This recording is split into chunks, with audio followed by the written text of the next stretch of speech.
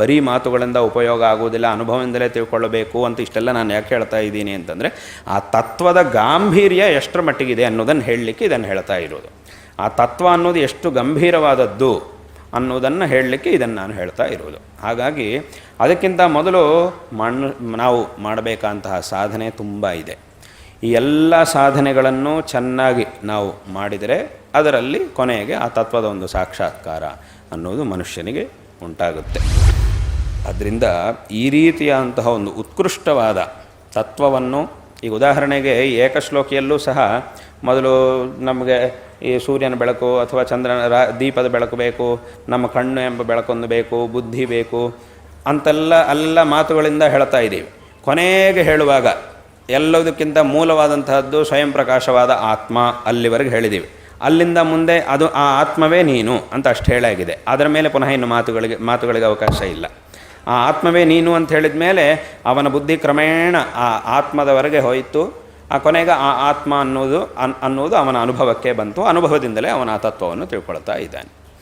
ಆದ್ದರಿಂದ ಈ ರೀತಿಯಾಗಿ ಎಲ್ಲರಿಗೂ ಸಹ ಅರ್ಥವಾಗುವಂತೆ ಸರಳವಾಗಿಯೂ ಮತ್ತು ಗಂಭೀರವಾಗಿಯೂ ವಿಸ್ತಾರವಾಗಿಯೂ ಸಹ ಆ ಒಂದು ತತ್ವವನ್ನು ಉಪದೇಶ ಮಾಡಿ ಈ ಲೋಕಕ್ಕೆ ಪರಮಾನುಗ್ರಹವನ್ನು ಮಾಡಿರ್ತಕ್ಕಂಥವರು ಜಗದ್ಗುರು ಶ್ರೀ ಆದಿಶಂಕರ ಭಗವತ್ಪಾದಾಚಾರ್ಯರು. ಹಾಗಾಗಿ ಅವರ ವಿಷಯದಲ್ಲಿ ಪ್ರತಿಯೊಬ್ಬರೂ ಸಹ ಅತ್ಯಂತ ಕೃತಜ್ಞರಾಗಿರಬೇಕು. ಯಾರ್ಯಾರು ಈ ಪ್ರಪಂಚದಲ್ಲಿ ನಮಗೆ ಒಳ್ಳೆಯದಾಗಬೇಕು ಅಂತ ಬಯಸ್ತಾ ಇದ್ದಾರೋ ಅಂಥವರೆಲ್ಲರಿಗೂ ಸಹ ಶಂಕರ ಭಗವತ್ಪಾದಾಚಾರ್ಯರ ಗ್ರಂಥಗಳೇ ಶರಣ. ಆ ಗ್ರಂಥಗಳಲ್ಲಿ ಅವರು ತೋರಿಸಿದಂತಹ ಮಾರ್ಗವನ್ನು ಅನುಸರಿಸಬೇಕು. ತದ್ವಾರ ನಾವು ಶ್ರೇಯೋವಂತರಾಗಬೇಕು. ನಾವೆಲ್ಲರೂ ಸಹ ಶಂಕರ ಭಗವತ್ಪಾದಾಚಾರ್ಯರಿಗೆ ಋಣಿಗಳಾಗಿದ್ದೇವೆ. ಪ್ರತಿಯೊಬ್ಬರೂ ಸಹ ಋಣಿಗಳಾಗಿದ್ದಾರೆ. ನಮಗೆ ಬೇಕಾದಂತಹ ಒಂದು ಮಾರ್ಗವನ್ನು ಅವರು ತೋರಿಸಿದ್ದಾರೆ.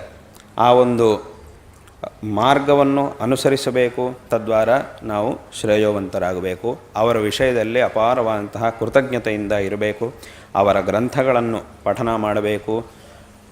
ಗುರುಮುಖತಃ ಶ್ರವಣ ಮಾಡಬೇಕು. ಆ ಗ್ರಂಥಗಳಲ್ಲಿ ಹೇಳಿದಂತಹ ಸಾಧನಗಳನ್ನು ಅನುಷ್ಠಾನ ಮಾಡಬೇಕು. ತದ್ವಾರ ಜೀವನವನ್ನು ಸಾರ್ಥಕ ಮಾಡಿಕೊಳ್ಬೇಕು. ಯಾಕೆಂತಂದರೆ ಈ ಕೃತಜ್ಞತೆ ಅನ್ನೋದು ಮನುಷ್ಯನಿಗೆ ಪ್ರಾಥಮಿಕವಾಗಿ ಇರಬೇಕಾದಂತಹ ಒಂದು ಗುಣ. ಅವಶ್ಯವಾಗಿ ಕೃತಜ್ಞತೆ ಅನ್ನೋದಿದ್ದರೆ ಮಾತ್ರ ಮನುಷ್ಯನು ಮನುಷ್ಯ ಅಂತ ಅನಿಸ್ಕೊಳ್ತಾನೆ. ಈ ಕೃತಜ್ಞತೆ ಅನ್ನೋದೇ ಇಲ್ಲ ಅಂತಂದರೆ ಆಗ ಮನುಷ್ಯನು ಅವನ ಮನುಷ್ಯ ಅಂತ ಅವನನ್ನು ಹೇಳಲಿಕ್ಕೆ ಸಾಧ್ಯವಾಗುವುದಿಲ್ಲ. ಇಂತಹ ಒಂದು ಕೃತಜ್ಞತೆ ಪ್ರತಿಯೊಬ್ಬ ಮನುಷ್ಯನಲ್ಲೂ ಇರಬೇಕು. ಅದರಲ್ಲೂ ಶಂಕರ ಭಗವತ್ಪಾದಾಚಾರ್ಯರ ವಿಷಯದಲ್ಲಿ ಪ್ರತಿಯೊಬ್ಬರೂ ಸಹ ಕೃತಜ್ಞರಾಗಿರಬೇಕು. ನಮಗೆ ಬೇಕಾದಂತಹ ನಿಜವಾಗಲೂ ನಮ್ಮ ಜೀವನದ ಸಾರ್ಥಕ್ಯಕ್ಕೆ ಬೇಕಾದಂತಹ ಮಾರ್ಗವನ್ನು ತೋರಿಸಿದವರು ಅವರು. ಲೋಕದಲ್ಲಿ ಎಲ್ಲರೂ ತುಂಬ ಕೆಲಸಗಳನ್ನು ಮಾಡ್ತಾ ಇರ್ತಾರೆ. ವಿದ್ಯಾಭ್ಯಾಸ ಮಾಡುವುದು, ಸಂಪಾದನೆ ಮಾಡುವುದು, ಕೆಲಸವನ್ನು ಮಾಡುವುದು ಇತ್ಯಾದಿಗಳನ್ನೆಲ್ಲ ಮಾಡುವುದಿದೆ. ಆದರೆ ಈ ಎಲ್ಲ ಕೆಲಸಗಳಿಂದಲೂ ಸಹ ನಾವು ಏನೇನು ಸಂಪಾದನೆ ಮಾಡ್ತೀವೋ, ಏನೇನು ಪಡೆಯುತ್ತೀವೋ ಅದು ಎಲ್ಲವುದೂ ನಾವು ಈ ಶರೀರದಲ್ಲಿರುವ ತನಕ ಮಾತ್ರವೇ ನಮಗೆ ಉಪಯೋಗ ಆಗುತ್ತೆ. ಈ ಶರೀರವನ್ನು ಬಿಟ್ಟ ಮೇಲೆ ನಾವು ಲೌಕಿಕವಾಗಿ ಏನೇನು ಸಂಪಾದನೆ ಮಾಡಿದ್ದೀವೋ ಅದು ಯಾವುದರಿಂದಲೂ ನಮಗೆ ಉಪಯೋಗ ಆಗೋದಿಲ್ಲ. ಅದು ಯಾವುದನ್ನು ನಮ್ಮ ಜೊತೆಗೆ ತೊಗೊಂಡು ಹೋಗ್ಲಿಕ್ಕಾಗೋದಿಲ್ಲ. ಹಾಗಂಥೇಳಿ ಅದಕ್ಕೆ ಪ್ರಯೋಜನವೇ ಇಲ್ಲ ಅಂತ ಅರ್ಥ ಅಲ್ಲ. ಪ್ರಯೋಜನ ಇದೆ. ಆದರೆ ಏನು ಪ್ರಯೋಜನ? ಬರೀ ನಮ್ಮ ಜೀವನ ನಡೆಸುವುದಷ್ಟೇ ಪ್ರಯೋಜನ. ಜೀವನ ನಡೆಸಲಿಕ್ಕೆ ಏನೋ ಒಂದಿಷ್ಟು ಸಂಪಾದನೆ, ಏನೋ ಒಂದಿಷ್ಟು ಹಣ ಬೇಕು, ಏನೋ ಒಂದಿಷ್ಟು ವ್ಯವಸ್ಥೆಗಳು ಅದೆಲ್ಲ ಮಾಡಿಕೊಳ್ಳಬೇಕು ಜೀವನಕ್ಕೆ. ಜೀವನ ನಡೆಸಲಿಕ್ಕೆ, ಜೀವನ ಅಂತಂದರೆ ಏನೋ ಒಂದು ಮನೆಯಲ್ಲಿ ಏನೋ ಒಂದು ಕರ್ತವ್ಯಗಳು ಈ ಥರದ್ದೆಲ್ಲ ಇದ್ದೇ ಇರುತ್ತೆ. ಪ್ರತಿಯೊಬ್ಬ ಮನುಷ್ಯನಿಗೂ ಏನೋ ಒಂದು ಕರ್ತವ್ಯ ಅನ್ನೋದೊಂದು ಇದ್ದೇ ಇರುತ್ತೆ, ಒಂದು ಜವಾಬ್ದಾರಿ ಇರುತ್ತೆ. ಅದನ್ನೆಲ್ಲ ಬಿಡು ಹಾಗಿಲ್ಲ, ಅದನ್ನೆಲ್ಲ ಮಾಡ್ತಾನೇ ಇರಬೇಕು, ಅದನ್ನು ಮಾಡಬೇಕು. ಅಂತಹ ಜವಾಬ್ದಾರಿಗಳು ಅದೆಲ್ಲ ಇವೆ ಮನುಷ್ಯನಿಗೆ, ಅದನ್ನೆಲ್ಲ ಮಾಡ್ತಾ ಇರಬೇಕು. ಆದರೆ ನಾವು ಏನೇನು ಲೌಕಿಕವಾಗಿ ಸಂಪಾದನೆ ಮಾಡ್ತೀವೋ ಅದಷ್ಟು ಸಹ ನಾವು ಈ ಶರೀರದಲ್ಲಿರುವ ತನಕ ಮಾತ್ರವೇ ನಮಗೆ ಉಪಯೋಗ ಆಗುತ್ತೆ. ನಾವು ಜೀವನ ನಡೆಸಲಿಕ್ಕೆ ಮಾತ್ರವೇ ಉಪಯೋಗ ಆಗುತ್ತೆ. ಆದರೆ ಜೀವನ ನಡೆಸುವುದು ಮಾತ್ರ ಸಾಕಾಗುವುದಿಲ್ಲ.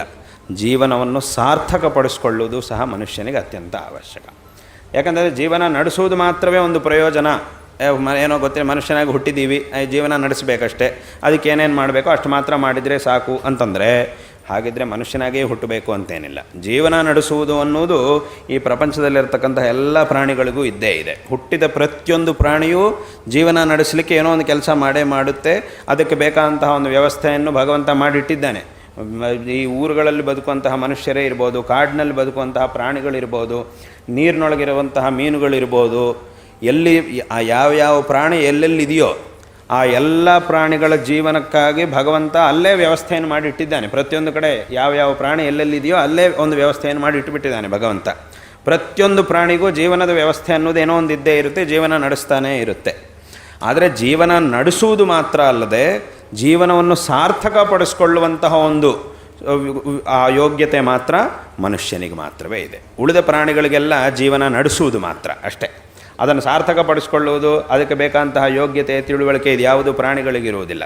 ಪ್ರಾಣಿಗಳಿಗಿರುವಂತಹ ತಿಳುವಳಿಕೆ ಎಷ್ಟು ಅಂತಂದರೆ ತಮ್ಮ ತಮ್ಮ ಆಹಾರವನ್ನು ಹೇಗೆ ಸಂಪಾದನೆ ಮಾಡಿಕೊಳ್ಳಬೇಕು, ಅಥವಾ ಇನ್ನೊಂದು ಯಾವುದಾದ್ರೂ ಒಂದು ಪ್ರಾಣಿ ತನ್ನನ್ನು ಕೊಲ್ಲಿಕ್ಕೆ ಬಂದಾಗ ತನ್ನ ಮೇಲೆ ದಾಳಿ ಮಾಡಿದರೆ ಅದರಿಂದ ಹೇಗೆ ತಪ್ಪಿಸ್ಕೊಳ್ಳಬೇಕು, ಪ್ರಾಣ ತನ್ನನ್ನು ಹೆಂಗೆ ಕಾಪಾಡಿಕೊಳ್ಳಬೇಕು. ಇಷ್ಟೇ ಪ್ರಾಣಿಗಳಲ್ಲಿರುವಂತಹ ಒಂದು ಜ್ಞಾನ. ಅದಕ್ಕಿಂತ ಜಾಸ್ತಿ ತಿಳುವಳಿಕೆ ಪ್ರಾಣಿಗಳಲ್ಲಿ ಇರುವುದಿಲ್ಲ. ಆದರೆ ಮನುಷ್ಯನಿಗೆ ಹಾಗಲ್ಲ. ಮನುಷ್ಯನಿಗೆ ಜಾಸ್ತಿ ತಿಳುವಳಿಕೆ ಇದೆ. ಯಾಕೆ ಅಂತಂದರೆ ಈ ಜೀವನ ನಡೆಸಲಿಕ್ಕೆ ಮಾತ್ರವಲ್ಲ, ಜೀವನವನ್ನು ಸಾರ್ಥಕ ಮಾಡಿಕೊಳ್ಳಲಿಕ್ಕೆ. ಆದ್ದರಿಂದ ಜೀವನ ನಡೆಸುವುದು ಅನ್ನೋದು ಹುಟ್ಟಿದ ಪ್ರತಿಯೊಂದು ಪ್ರಾಣಿಗೂ ಇದ್ದೇ ಇದೆ, ಅದು ಸಹಜ. ಆದರೆ ಜೀವನ ಸಾರ್ಥಕಪಡಿಸಿಕೊಳ್ಳುವಂತಹ ಒಂದು ಪ್ರಯತ್ನವನ್ನು ಮಾಡುವುದು, ಅದಕ್ಕೆ ಬೇಕಾದಂತಹ ಒಂದು ತಿಳುವಳಿಕೆ, ಇದೆಲ್ಲವುದು ಮಾತ್ರ ಮನುಷ್ಯನಿಗೆ ಮಾತ್ರವೇ ಇದೆ.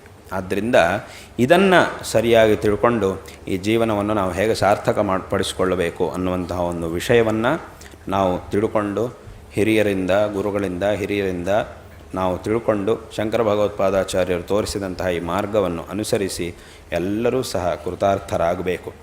ಇಲ್ಲಿ ಇನ್ನೊಂದು ವಿಶೇಷ ಏನು ಅಂತ ಕೇಳಿದರೆ, ಈ ವೇದಾಂತ ತತ್ವವನ್ನು ತಿಳ್ಕೊಳ್ಳಬೇಕು ಅಂತಂದರೆ ಅದಕ್ಕೆ ಯಾರಿಗೆ ಅದರ ಅರ್ಹತೆ ಇದೆ ಅಂತ ಕೇಳಿದರೆ, ಅದಕ್ಕೆ ಶಾಸ್ತ್ರದಲ್ಲಿ ಆರಂಭದಲ್ಲಿ, ಸೂತ್ರ ಭಾಷ್ಯದಲ್ಲಿ ಆರಂಭದಲ್ಲೇ ಭಗವತ್ಪಾದರು ಹೇಳ್ತಾರೆ, ಉಚ್ಯತೆ ನಿತ್ಯಾನಿತ್ಯ ವಸ್ತು ವಿವೇಕ ಇಹಾಮೂತ್ರಾರ್ಥ ಫಲಭೋಗ ವಿರಾಗ ಶಮದಮಾದಿ ಸಾಧನ ಸಂಪತ್ತು ಮುಮುಕ್ಷುತ್ವಂಚ ಅಂತ ಭಗವತ್ಪಾದರು ಹೇಳಿದರು.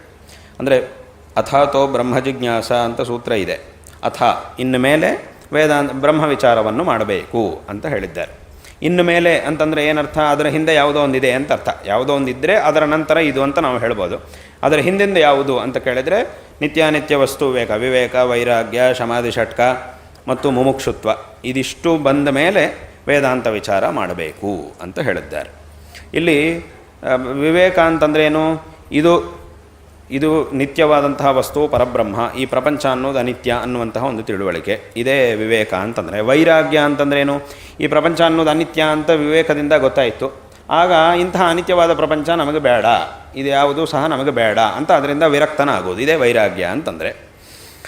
ಹಾಗೆ ಇದು ಬೇಡ ಅಂಥೇಳಿ ಪರಬ್ರಹ್ಮವನ್ನು ಸಾಕ್ಷಾತ್ಕಾರ ಮಾಡಿಕೊಳ್ಬೇಕು ಅಂದರೆ ಅದಕ್ಕೆ ವೇದಾಂತ ವಿಚಾರ ಮಾಡಬೇಕು. ಈ ವೇದಾಂತ ವಿಚಾರಾದಿಗಳನ್ನೆಲ್ಲ ಮಾಡಬೇಕು ಅಂತಂದರೆ ಮನೋನಿಗ್ರಹ ಇತ್ಯಾದಿಗಳೆಲ್ಲ ಬೇಕು. ಮನೋನಿಗ್ರಹ, ಇಂದ್ರಿಯ ನಿಗ್ರಹ ಇದೆಲ್ಲವುದೂ ಬೇಕು. ಶಮದಮ, ಉಪರತಿ, ತಿತಿಕ್ಷಾ ಇತ್ಯಾದಿಗಳೆಲ್ಲ ಮನುಷ್ಯನಿಗಿರಬೇಕು. ಆಮೇಲೆ ಕೊನೆಗೆ ತೀವ್ರವಾದಂತಹ ಒಂದು ಇಚ್ಛೆ ಮನುಷ್ಯನಿಗಿರಬೇಕು. ನಾನು ಈ ಮೋಕ್ಷವನ್ನು ಪಡೆಯಲೇಬೇಕು ಅನ್ನುವಂತಹ ತೀವ್ರವಾದ ಇಚ್ಛೆ ಮನುಷ್ಯನಿಗಿರಬೇಕು. ಎಲ್ರಿಗೂ ಮೋಕ್ಷ ಬೇಕು ಅನ್ನೋ ಇಚ್ಛೆ ಇದ್ದೇ ಇದೆ. ಮೋಕ್ಷ ಯಾರಿಗೆ ಬೇಡ? ಯಾಕಂದರೆ ಮೋಕ್ಷ ಅಂದರೆ ಏನೋ ಶಾಶ್ವತವಾದಂತಹ ಒಂದು ಸುಖ.